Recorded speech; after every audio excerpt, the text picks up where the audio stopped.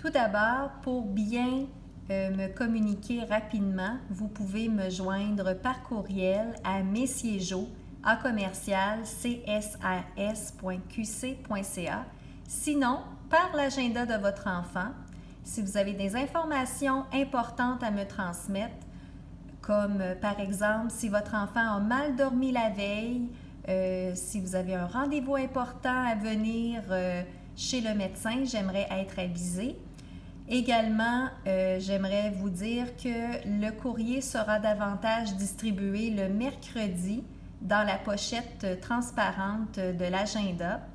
Alors, c'est très important que l'agenda voyage de la maison à l'école autant pour les études que si vous avez une communication à me parler.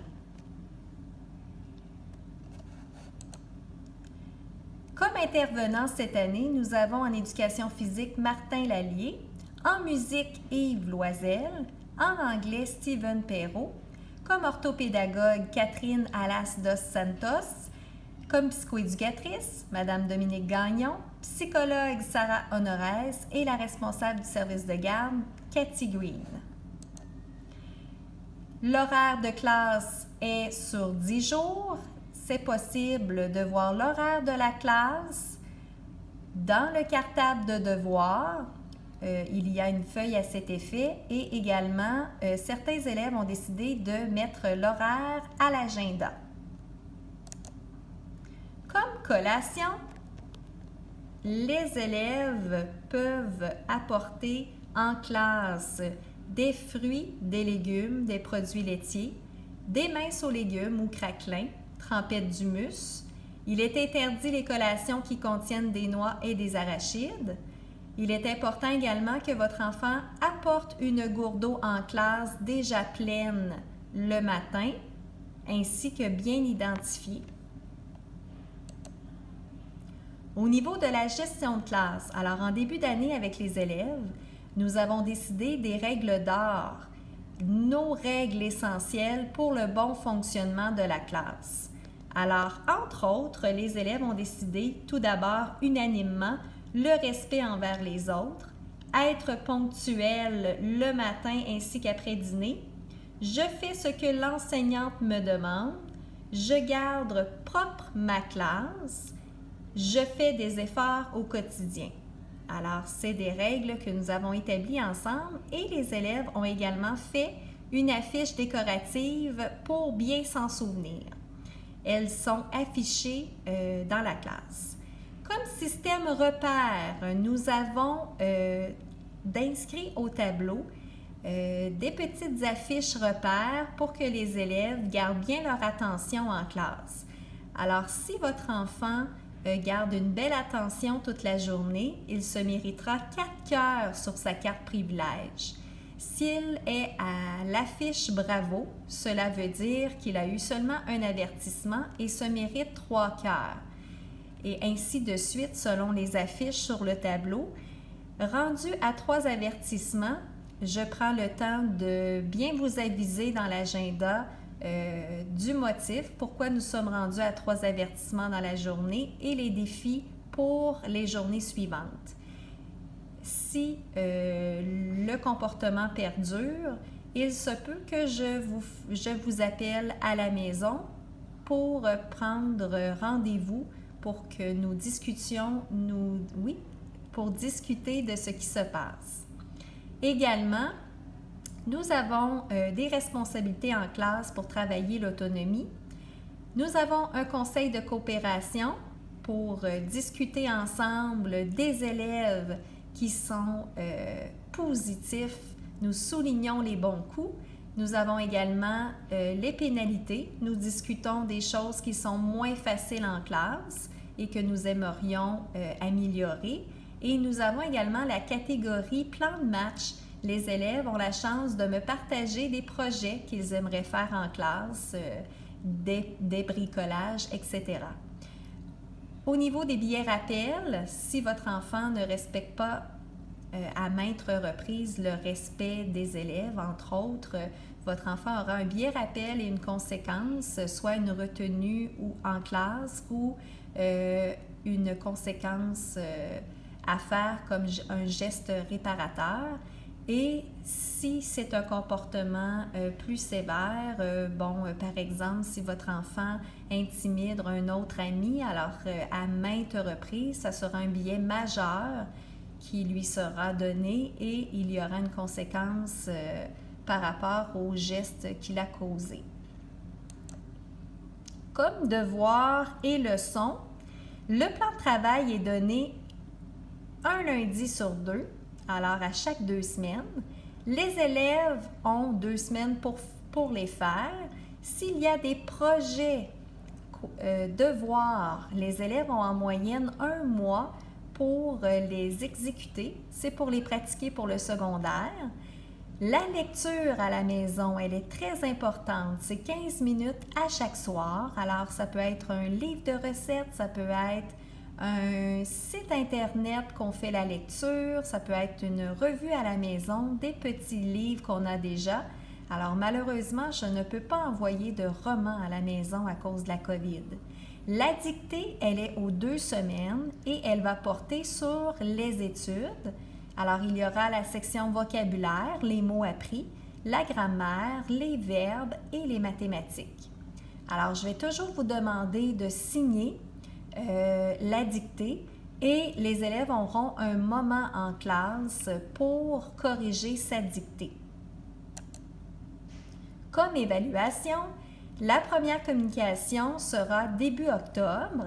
Alors, c'est seulement des petites indications pour vous dire, comment se passe le travail d'équipe, l'organisation en classe, jusqu'à présent le français, les mathématiques, comment ça se passe. Le bulletin de la première étape sera en novembre, le deuxième bulletin au mois de mars. Le troisième bulletin sera acheminé par la poste au mois de juillet. Comme moyen d'évaluation, j'utilise la dictée, des tests récapitulatifs, des entrevues de lecture, des observations au quotidien. Il y aura un portfolio également pour que vous puissiez bien regarder les travaux importants de l'étape. Comme pédagogie utilisée, j'adore travailler par projet, en sous-groupe de difficultés, en atelier. Je fais également des quiz lecture, des quiz en géohistoire, beaucoup de petits quiz pour bien vérifier les acquisitions. Des lectures interactives, j'adore raconter des histoires aux élèves et en discuter avec eux. Il est très important d'arriver pas avant 7h50 le matin et également pas avant 12h50 après le dîner. Nous voulons éviter les attroupements devant l'école et pour bien respecter la distanciation envers les parents et les élèves. Au niveau des retards, c'est très important de faire attention à la ponctualité le matin et après dîner. Alors, si un retard se fait, alors ça sera par le secrétariat qu'on doit arriver. Et si nous avons une accumulation de plusieurs retards, il se peut que nous aurons à en discuter avec la direction. Au niveau des déplacements, alors on a des mesures particulières cette année.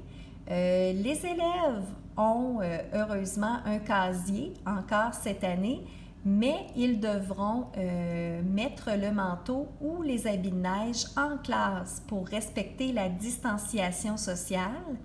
Les élèves doivent désinfecter leurs mains avant de rentrer en classe et à chaque sortie, ainsi qu'avant de dîner. Le masque est obligatoire pour circuler dans l'école. Il n'est pas obligatoire dans la classe, mais certains élèves désirent le garder et c'est correct.